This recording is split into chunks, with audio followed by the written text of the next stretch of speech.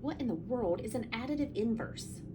Okay, it's big words, but basically it's what you already know.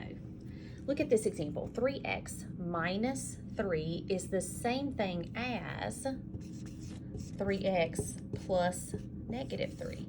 Exact same value.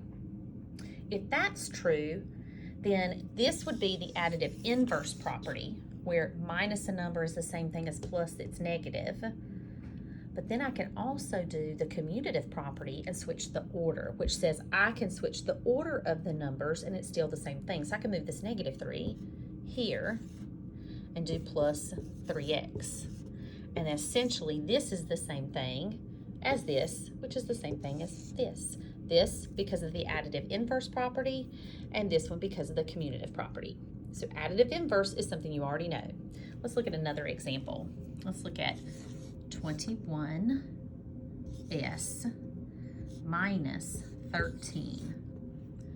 All right, when we look at 21s minus 13, what would be the additive inverse? So I'll keep the 21s, and instead of subtraction, I'm doing additive, and I have to keep this minus somewhere, so that it's become the inverse of 13 is negative 13. It's just saying I'm changing this to addition, but in order to do that, then this is a negative number. Additive inverse.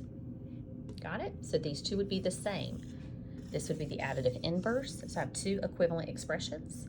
Now, let's apply that commutative property, which means I can switch the order in which I add numbers and it doesn't change the value.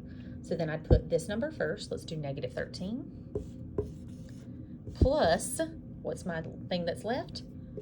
21s. So now I have three equivalent expressions.